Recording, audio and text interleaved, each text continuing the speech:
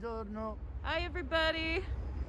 Welcome to Rome. I guess you're so tired of us, but it's Thomas and Gracelyn on another sunny day.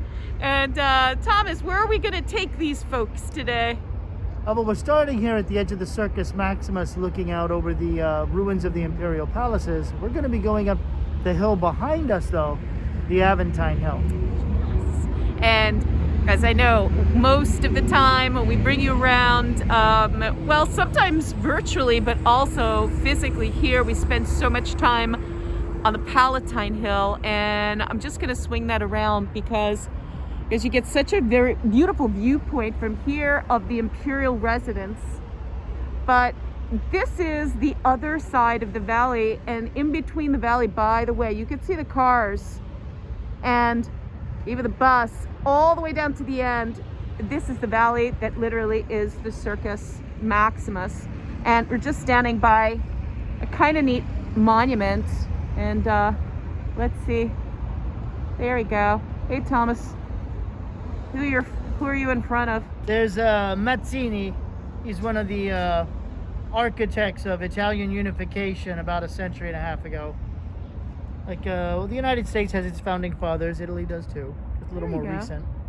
Yeah, this one is a lot more recent. I'm trying to think. This is 20th century, I think, when they put this one in. Yeah, it was one of the last that were put in of those war memorials. Here we go. Do you ever visit the Rose Garden? Not in a while. Of course, I haven't done anything in a while. Okay, 2020 does not count. We don't talk about 2020. Erase that from your minds. Prior to that, this is one of my favorite places to come. Once it opens, which is April every year, there is a beautiful public rose garden here. And it's laid out like a menorah. It is. It's laid out more because... Well, it was the Jewish cemetery. Exactly. This was the Jewish cemetery. They moved that in 1934. And if any of you followed the virtual tour with Rob, when he went out to Verano, the cemetery there, huge cemetery. It's one of our most important and largest. And they transferred the Jewish cemetery here, and they moved it in 1934 out to the area of Verano. But the roses themselves, they go back a little earlier. It's 1931, and it was started by an American. But I'm interested, when, settle down, when did they initially lay it out like, was it already laid out like a menorah? No, well... Because I thought it was sort of in homage to the Jewish identity of the place for so long. Absolutely. But that seems like an odd thing for the fascists to be doing in 1934, frankly. No, this is the trick. 1931, the idea of the Rose Garden came from an American heiress. She is going to get the okay from the city. Where the Rose Garden was out in the Aventine Hill. But that was destroyed in World War II. So it wasn't until, I think, 1950 that they said, well, look, we will transform what was the old Rose Garden here on the space. Oh, hello, puppy.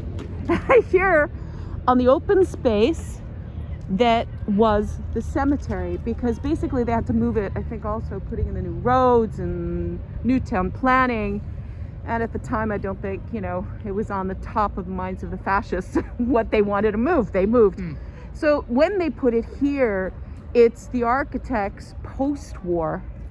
They're the ones who made the decision to lay it out in honor of what was here. That makes a lot more sense. Yeah, a lot more sense. And there's people working here, by the way, today. I was watching. Can you see? There's a lot of people gardening. I mean, it really is incredible. There's two halves and there's two gates. You can see a gate on this side. This garden houses, it's over 1,000, I think over 1,100 varieties of roses. And this is the side that is just going to be filled with people, and it has the most. It's like this beautiful botanical garden with ancient varieties, modern. This side is new varieties, experimental. And then they still have, in May, a competition which goes back to the 1930s for the most beautiful rose of Rome. So they do this Annually? Yeah, annually. They do this international competition. I don't know from roses. You don't know from roses? I don't know from roses. And can you see the menorah if we tried to show? Can you see? This is straight. So we're basically in the middle of the candelabra. And just trying to think. Here you go. Curvature of the path. Exactly. And I'll try to come this way. Can you see there's one path there and it curves? Here's the second here. So it's the branches of the menorah as you walk.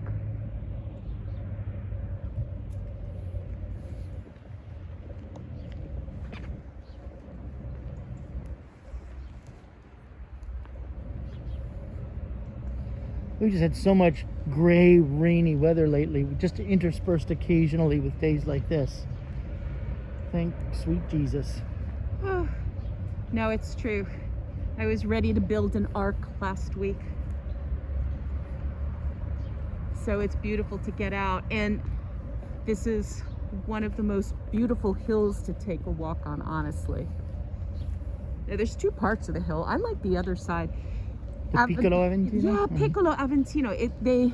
There's basically a saddle between the hill, so there's 2 points, and they're kind of distinct. Yeah, yeah. You know, when you go between the two sides of the hill. The other's closer to the Baths of Caracalla. Both are pretty residential. I mean, this is residential. Absolutely. But the other one is sort of more densely residential, because here you've got this kind of monumental stuff too. A few even early Christian churches that become, medieval monastery fortresses. Well, exactly. Look, you know what? Here we go. Let's look at the sign. Santa Prisca, Sant'Anselmo, San Alessio, Santa Sabina. Yep. The opposite side, Little Aventino, Saint Sabilla, is spectacular. Yeah. And you can learn more about those medieval monastery fortresses in my newest virtual tour, which is actually going to be posted, I think, within a week. Ah, there we go. I like that. We can. That last Part one ad of a was two-part sponsored series. by Sponsored by by TE Thomas's Kids College Fund. There we go. Now the walls. Is this part of the Savelli wall too? This would be. There's pieces. Because we're going to go up and show you something beautiful. Really pretty garden, but the entire hill is very green. And it's always amusing to me that you think that the beginnings of the Aventine Hill, traditionally, they tell us, were very much the plebs. Oh yeah, not anymore. I don't think I could afford to rent a bathroom on the Aventine Hill, let alone an apartment. The prices up here are like Mike Hammer. Can't touch this. God, did I just say that out loud? I'm sorry. That's okay. I'm sure somebody will edit this. No, actually no. But some of the villa that are up here, or many of them, are actually embassies. There's a lot of embassies and things. Yeah. I know there's a huge Egyptian embassy up here, but quite a few, some private schools, very expensive in some of the old villas too. But it's really a lovely zone, lovely area, and multiple gardens, but a whole lot of ancient churches and things to visit if you take a walk. And you know what I love too? When people ask me for out-of-the-way areas with out-of-the-way hotels. Oh yeah, Beautiful. Yeah, There's just like a couple dispersed. And I checked it because a friend of mine was coming to visit at one point, years ago. And we weren't sure if she was going to be able to, if I was going to have room to stay. She ended up staying with me, but we were at least discussing the possibility of, well, what's a hotel nearby? We were in Testaccio. Ah, sure. This is Tracy. Ah. And so I was looking around, and this hotel up here, as nice as it is, with this amazing garden back behind where we had breakfast. I don't remember what the prices were, but I remember thinking, well, that's not bad at all. So I've sent a lot of friends there. Guys, I just want to show you here. We're by the side. We're going to go on the inside, but could you see how much this looks like? My goodness, it looks like something up Thomas's alley, a medieval fortress. you can see the turrets up even. Yeah. Sort of nubs of turrets anyway. A little bit there. At the height of the Roman Empire, so say what, early 2nd, early 3rd century. The city of Rome is about 1.25 million people. But through much of what we call the Middle Ages, that population just plummets. So it just shrinks further, north and west of here, right around the river. This hill was basically the southwestern bulwark. I mean, the last great defensive point. Up on a hill, of course, easier to defend. And these old churches, these are incredibly stable structures. And it's not just walls around monastic gardens. I mean, they really end up being fortress walls. And by warrior monks. And it's funny because we just walked up one side of the incline, which was really a lovely slope from the Valley Murcia back in the day. So it didn't seem like this is much of a hill, but when we get to the other side, the viewpoint we're going to show you guys, you could see it really, or I hope that we're going to show you. I'm not sure that everything with COVID is open today, and it is not. Okay, but we can film through here. There we go. The other gates might be open. I doubt it, though. Yeah, we could try from the other side. But this is the really cool effect. This is the cool effect. And you know what? There we go. Can you see what's in the distance? There we go. We can get it. It's the Dome of St. Peter's. The viewpoint here, I think, is one of the most spectacular. There we go. Look at that. Yeah. Looking out. Sort of with the pine tree arcade. And then again, you know, like we were saying before, you look around the side and there's all the medieval walls that we were looking at. And also what makes it so spectacular, not only the pines, not only the viewpoint, but it's the orange trees. And this is the orange garden of Rome. This is goes back to Saint Dominic, who was from Spain. So we're talking earlier 13th century, wants to start a new monastic order because he believes that, hey, all of this liturgy and ceremony, that's great, all that Latin that nobody speaks anymore, that's just fine, but it doesn't do the people that much good. They got to be taught. We need to preach, and this sort of importance of teaching and preaching. In fact, they call it the preaching order. Exactly. The Order of the Preachers is the real name of the Dominicans. I had 8 years of Dominican teachers when I was in my school Annunciation in New York. There we go. Because you know it's beautiful too. They use this for theater in the summer. They do all kinds of beautiful things. In the evenings. What a gorgeous place! And to come and to take pictures out by that viewpoint is really spectacular.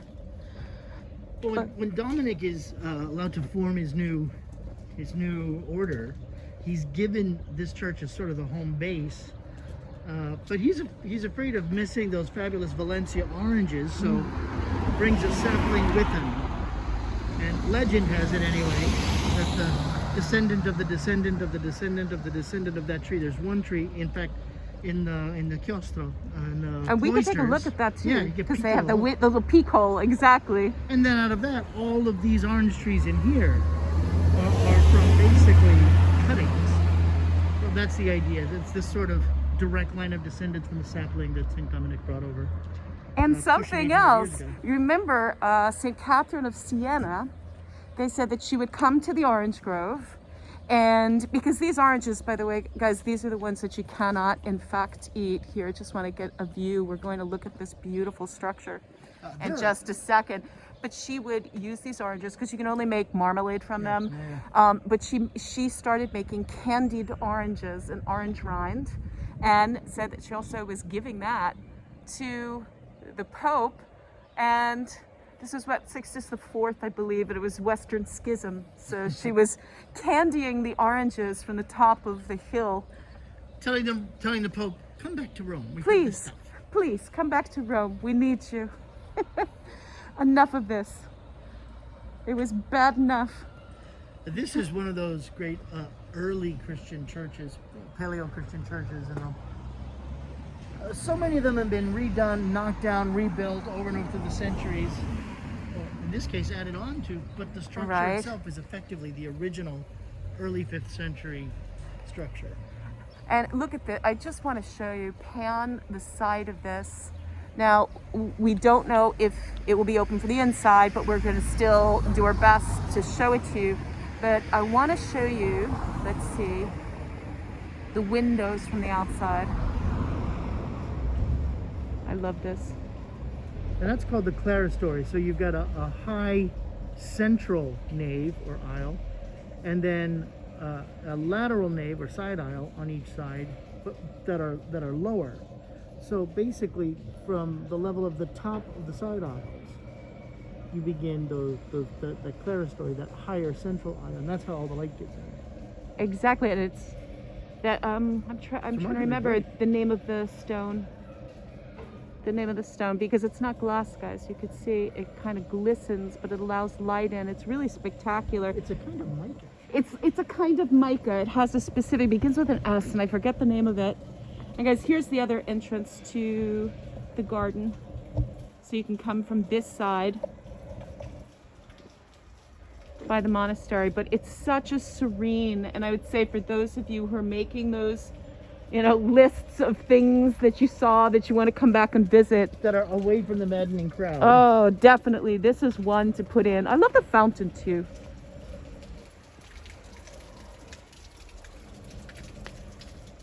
Lovely ways to recycle things like Roman baths. And this was actually, the fountain originally was, it was moved around a whole bunch of times. This one was originally in Campo Boario. Yeah, yeah. Like Porto the Mount of Boario. Truth, Exactly. the same area. And eventually, And then these big Makes its fountain way around. basins that look like bathtubs.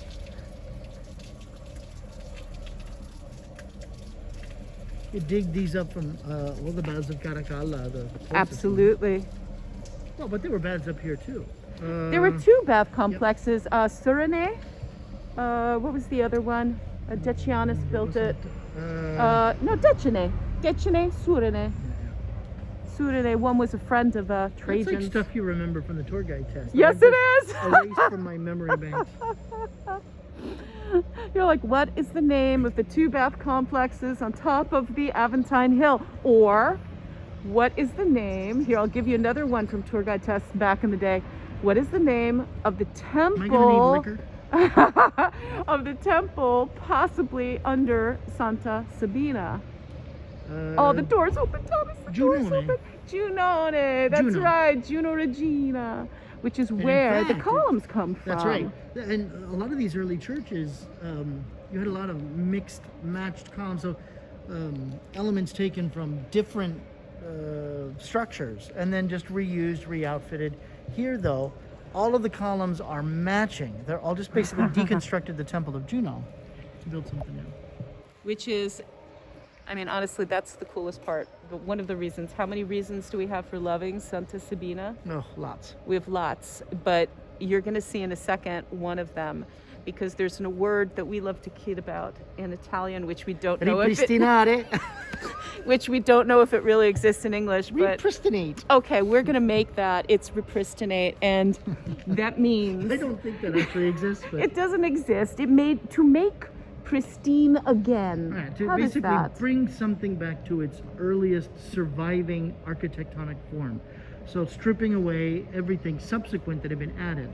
Like in this case, that means a lot of Baroque marbles, Renaissance frescoes, even high medieval interior redecorations. And you'll see bits and pieces, like those small little altar areas that are evidently with these great big multicolored Baroque marbles. But the atmosphere of the place itself Was brought back. basically brought back to And that's an Munoz. idea of what it would have been. It's like, is it real or is it Memorex? I'm like, well, it's here, that means it's real. Yeah. And then he got a lot of criticism at the time. He still gets a lot of criticism. It's like he didn't bring it back to what it was. He brings it back to a particular idealized image of what it might Of have what been. it was. Yeah, like the Houses of Parliament in London, and they did a pretty good job. I like them. So it is controversial, but as a medievalist, as far as I'm concerned, if it ain't Baroque, for God's sake, don't fix it. There we go. Because what we find when you visit the churches, and if you just look, I'm just kind of panning around the outside of this. You know, normally you come and you see 17th century, 16th century facades, especially in Rome, and you see you know, the stuccos, and you see the gilting and the gold. It's removing all of that.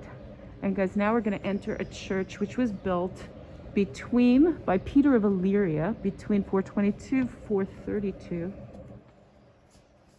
Here we go. Illyria is basically a lot of what used to be Yugoslavia. So in fact, like in Albania, for example, a really, really common woman's name is Illyria. That's right.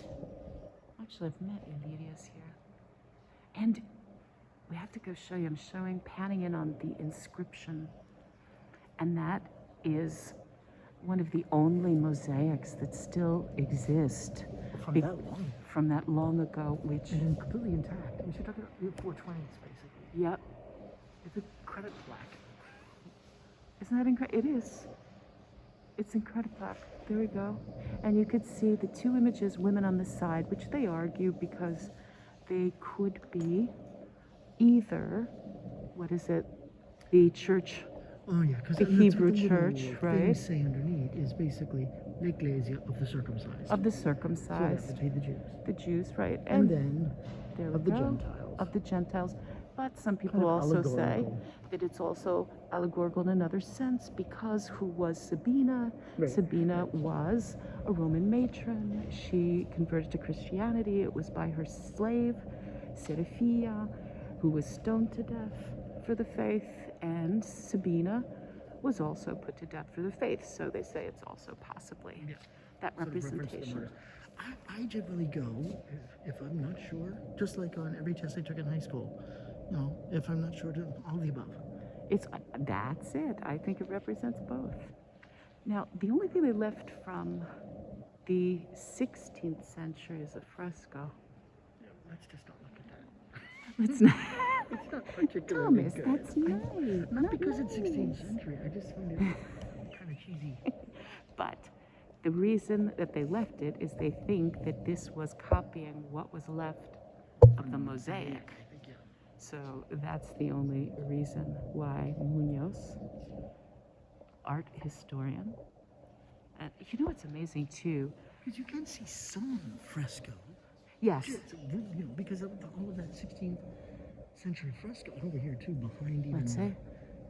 All of this fresco Exactly. was Here we basically go. covered with marble in the With 17th marble, and exactly. sometimes early 18th century. So here you kind of see a bit of both. You see the 16th century fresco, what was on the wall before that, and then the 17th century that covers all of that up. But in most of the rest of the church, all of that is just stripped down. And it is, like you And mentioned then it gets before, like a butterscotch wash. but how rare it is to walk into a church where all the columns are the same. Yeah. So it almost makes you think that the columns are made to look like they're ancient. Because if you go to Santa Maria in Trastevere, you go and you see which is red, which is granite, which is porphyry, which is something else. It's spectacular.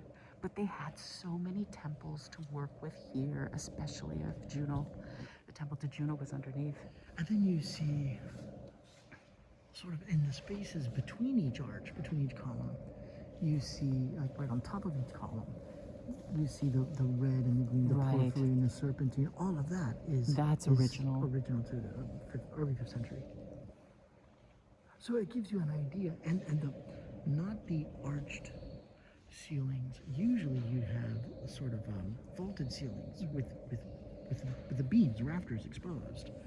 Here you've got on the ceiling the suspended woodwork ceiling with the stars of the night sky representing. They did do a beautiful job.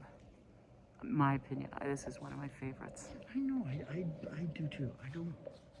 I like the fact that some of them have been allowed to give us at least a hint of what they might have been. Not like, just 400 years ago or 500 years ago, but 1,000 years ago.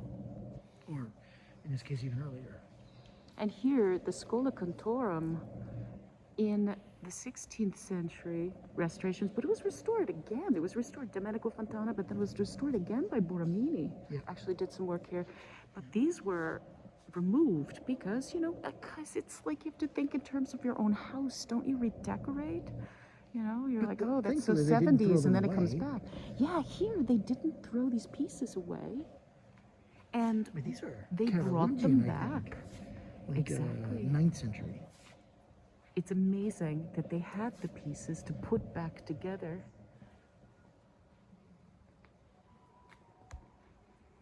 And you could see the difference of the marbles. You could see where things are fillers. Yeah. You could see over in, let's say, the love apse these that it's not. designs. Isn't that design gorgeous? And I could be wrong about the big 9th century. They may be earlier, but I That I don't remember. think What? they're like the ones in San Clemente. Those are San 6th Clemente. century. Those. The tablets of the Scola Canton. Scola Canton is basically Scola the choir Canton is loft. like- It's yeah. just down instead of up. Those are 522 or something. Yeah, or yeah. something around there from San Clemente. And then, of course, they left one of the chapels. Who was the first one who changed his name when he became pope? Yes, exactly. Well, because his name. Because did you ever wonder why the popes changed their name? There was someone who became pope whose name was Mercury. That's too pagan. Does that work? Pope Mercury? No, too Pope pagan. Apollo? I love that. So, of course, he changed it to John. Pope John. There we go. And here, yeah, you could see on the wall over. Let me turn around. There's more of that fresco.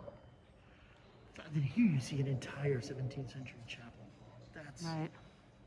that's Baroque. It's very Baroque. Thomas, they broke it. What did they do? They broke it. But we're going to go back outside because there is a really specific treasure in this church. And it's something that's so unique. We And can go through them too. we can. They're not usually open. Oh my gosh, I didn't know that. I didn't notice this. Okay, guys, we have to show you something extremely cool. And no, they're never open.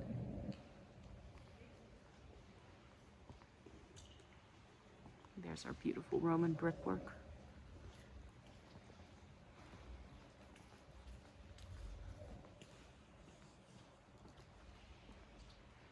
Oh, this is exciting.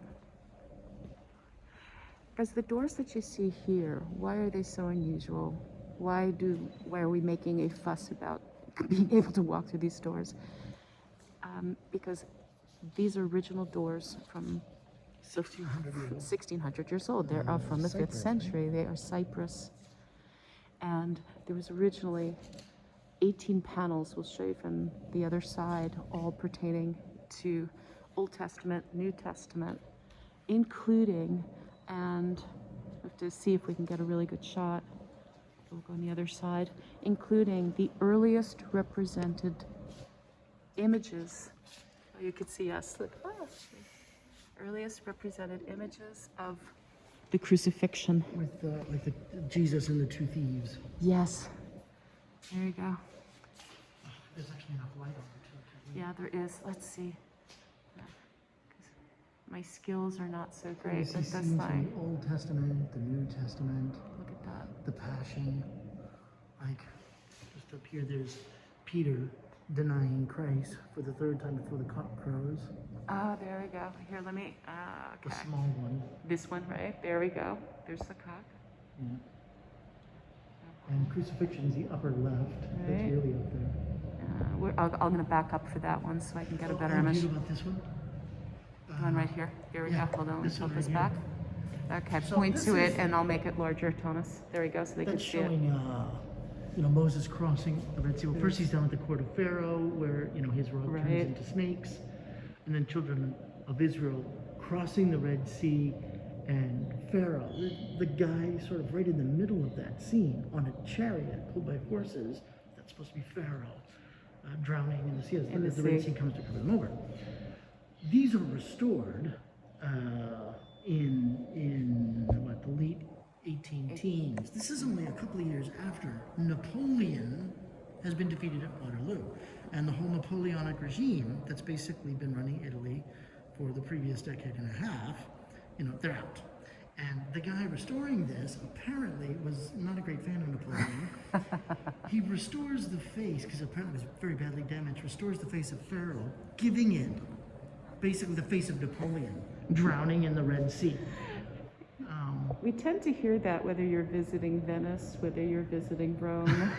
an issue with the French, whether you're visiting, oh my, even when I was visiting Watching Malta, Tosca. watching Tosca, exactly. Here, I'm gonna try to back up because I want to show them. Whoa, here we go, a little bit too much, sorry guys. And it is the top left-hand panel. Now let's just say, and you could say, oh yeah, you can. There we go. Top left. Oh, look at that.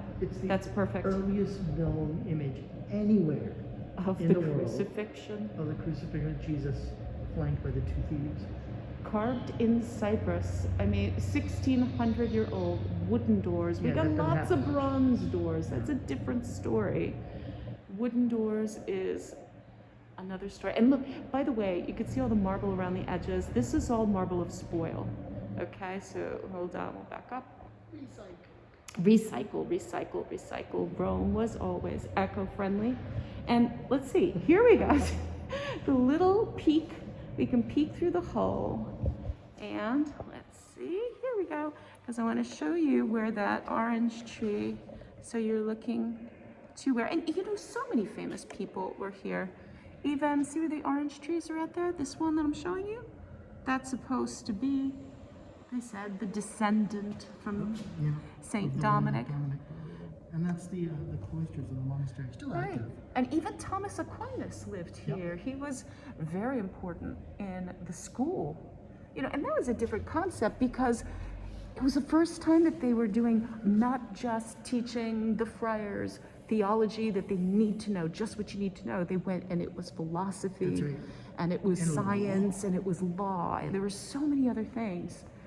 And here you could see a little bit of the, you know, the frescoes too. And that's much earlier fresco. It's Yeah. probably 13th century.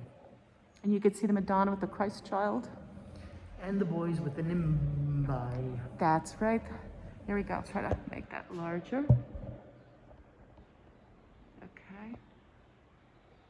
And a nimbus, you could see the two on the left-hand side. They're square halo, which is telling you that they are still alive.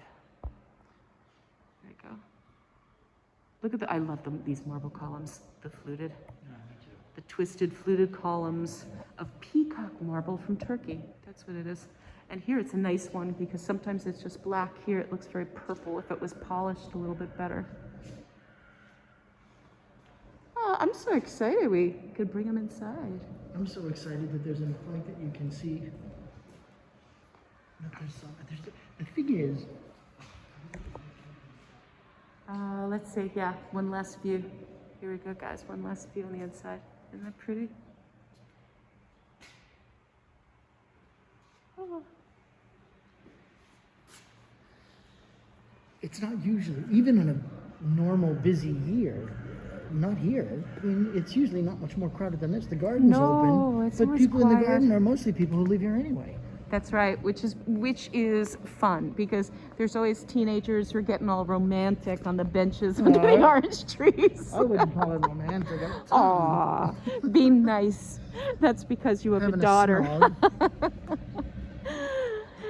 And could you see the houses? You know the houses out here. I love the architecture. Well, it's one of the few areas in really in the heart of the centro storico, the historic part of Rome, or the old part of Rome, where you've got architecture even from the 20th century. And not just early 20th century either, even, you know, post-World War II. You could hear all the kids now because there's a private school back behind these walls. If you come at the right hour, there's a million moms. Moms running babies. But everything is usually very cordoned off. It's a very, very wealthy area. And but I love because it's right above as you cross over. So the side we crossed over from was by the Circus Maximus. But the side where you could see the bell tower, and we're moving towards another piazza, very, very beautiful. That is down the slope from Testaccio, which is, you know, that foodie zone, that popular down home regular kind of guy zone. I love what they've done to the you know, the pastry shop. Oh my Barberini? gosh, the pastry shop is amazing. I love it there now. First of all, the pastries are even better. You're than bringing up the pastry shop because I already knew when we finished that we would be taking a walk to the pastry Even shop. if we can't go in, Even if we can't go we're in, still that's getting okay. a pastry and a coffee. There we go. We can get it to go. Guys, there's another church. Can you see that beautiful bell tower? Sant'Anselmo.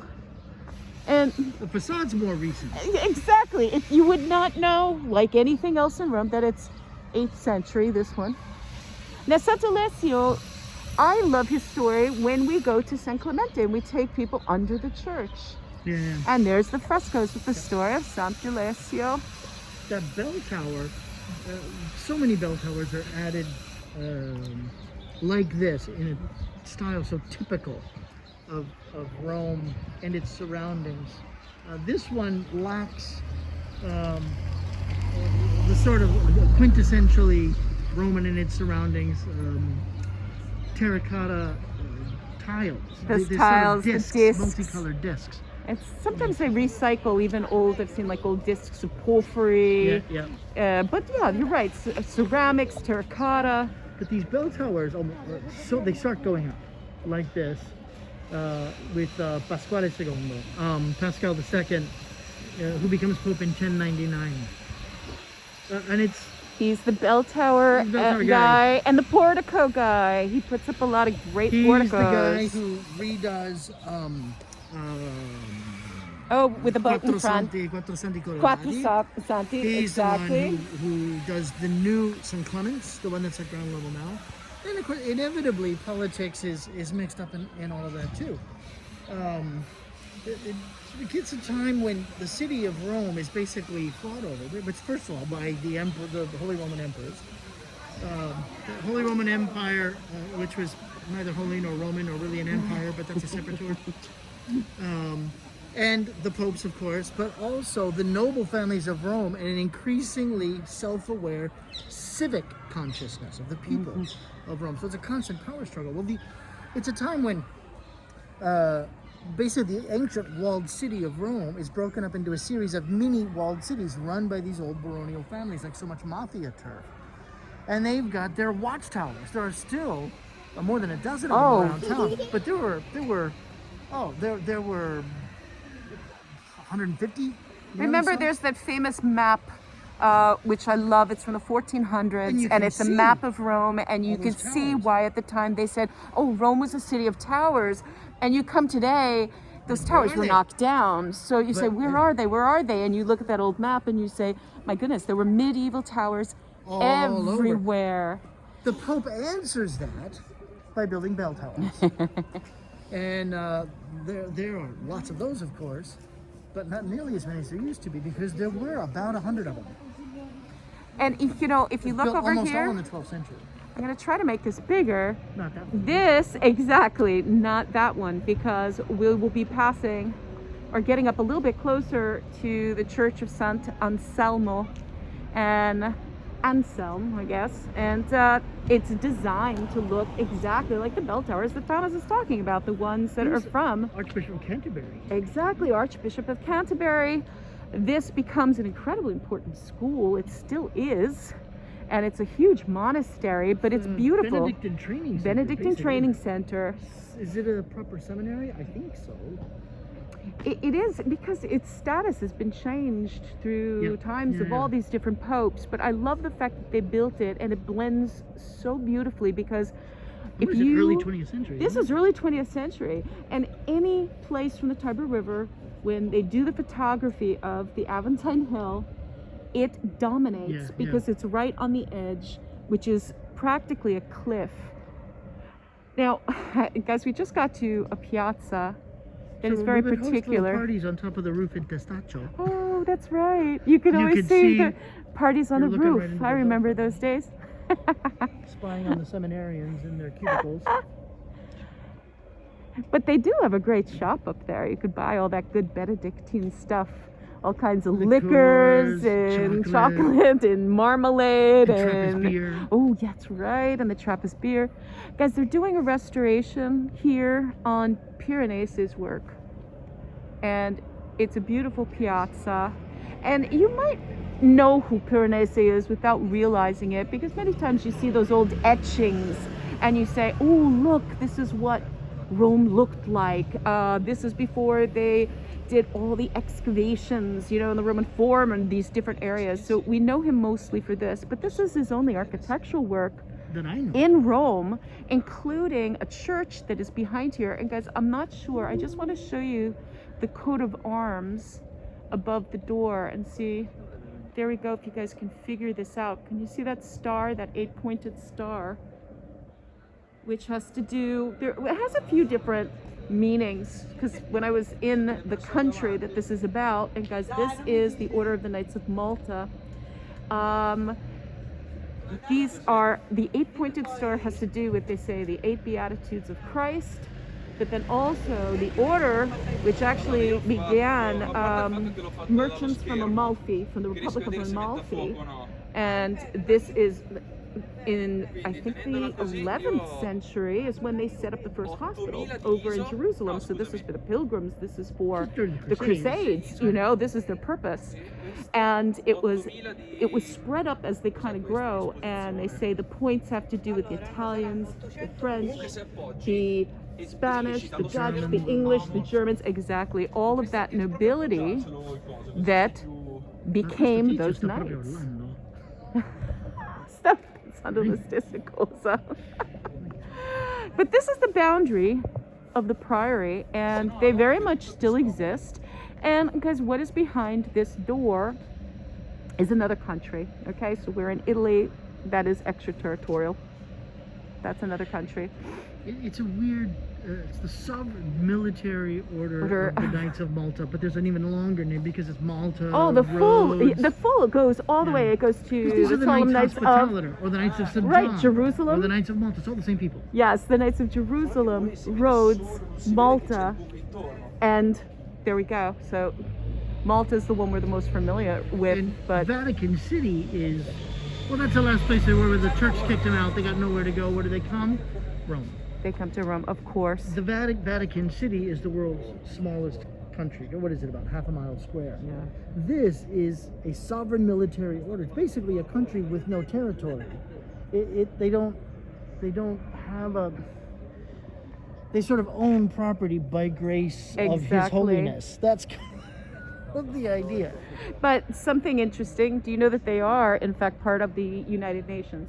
Yeah. They are observers. So, grazie. They're part of the United Nations. Also, the Olympic Committee, I think, is also observers, and also the Red Cross. Because I want to show you why people come here, and we're going to see if, yeah, yes, let's see if I can. There we go. Okay. Says if you look through the hole, and we're going to try so hard to do this. Yeah. It's gonna be fuzzy. It's going to be fuzzy, but guys, what you're seeing between here is 3 countries. You stand in Italy, you look through Malta, and there we go. You look through Malta, and you can see all the way through to the city of the Vatican.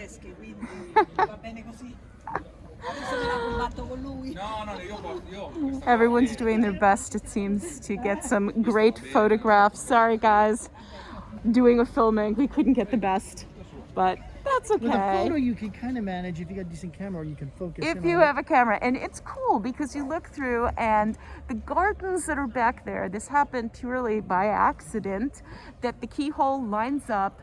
And have you been back there? Have you done the special tours? No. Because they only open occasionally, and I was able to do it. It's beautiful, their compound, the church, because they're dedicated also to the Madonna. So there's a church to Mary back there with the facade by Piranesi. And in the gardens, there's this grove of trees. They arch over and interconnect. So you can walk through this arch of green, and at the end, it's perfectly framed, and it's right above the cliff. And the distance is St. Peter's Dome, the Basilica. You see the Vatican on the other side.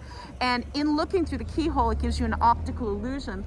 And it looks as though it was specifically formatted just to fill up the frame with the Dome of St. Peter. So it's quite beautiful. Wait, do they claim that it's just by chance? I don't believe that for a minute. Well, the Somebody alignment is by chance. Do you think You somebody fiddled with that door to make the keyhole right there? Yeah. You think so? Oh, yeah, absolutely. That they Like, lined oh, up the door? Yeah, because basically the door is right in the middle of that arcade, and the arcade perfectly frames the. Oh, that's not an accident. There's no way. But the hole is on the left-hand side of the door.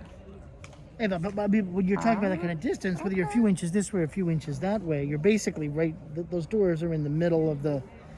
The arcade is equidistant. Okay, then we're going to let people at home vote. Oh yes, just so If they think it just so happened to frame St. Peter's, or if it was something that was on purpose. And guys, we're going to finish up because I just wanted to show you one last thing. We just want to take a look on the inside of Sant'Anselmo. I like this. First of all, the whole complex. I love the complex. Look It's at another this. one of those. The way that what we mentioned before, the Houses of Parliament, for example, in London are neo-Gothic, done in the 19th century. This is like neo-Romanesque, sort of. Romanesque architecture that predates Gothic architecture. Romanesque kind of from the time of more or less Charlemagne up until the rage of the Gothic in the 12th century. It gives you It's the a little feeling right austere there. on the inside, but I like it. I love it. And if you look just from here with the small columns and the arches, it gives me that impression of the upper level of San Giovanni and Paolo. Yeah. You know, they did such a beautiful job. So it's modern, yet that ancient feeling. And guys, you come up here. Oh, And in normal silence. years, during the academic year, on Sunday evenings, they do a Vespers, all Yes. in basically Gregorian chant. No, this is a gorgeous place to come and visit. And you can come, you can visit the church, you could wander through, and then you can go and you could see the little building on the right-hand side. It's not open now, unfortunately, or is it? Oh, it is open. Okay, so you can go shopping. Thomas, were you in need of marmalade or some type of alcoholic beverage that the Benedictines make? And their Am I soap in is need? great. Yes. Are you in need? Am I going to indulge? No. You go for the sweets. I'll go for the pretty soaps, and they do the best incense. I love buying incense in there.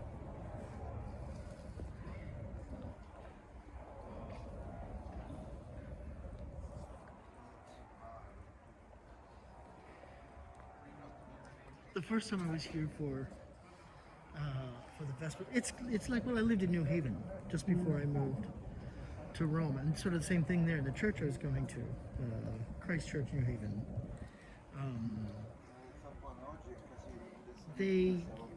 During the academic year, on Sunday evenings, they would do evensong, and it would be a sextet or an octet, all a cappella music.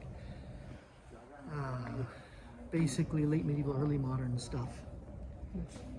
It's kind of the same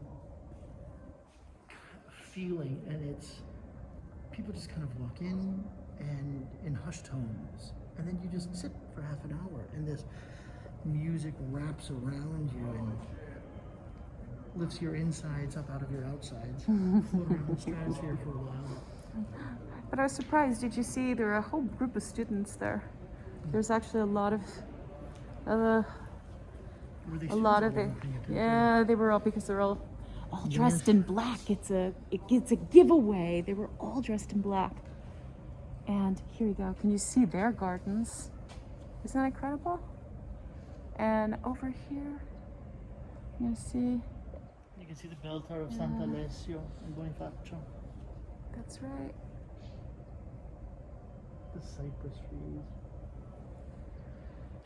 Well, guys, you know what? I think in the middle of this crazy world and crazy time, we'll leave you just this little bit of peace inside Sant'Anselmo. So, Until we meet again, and we will. and we will. Be safe. Ciao, ciao, ciao. Ciao, ciao. Arrivederci.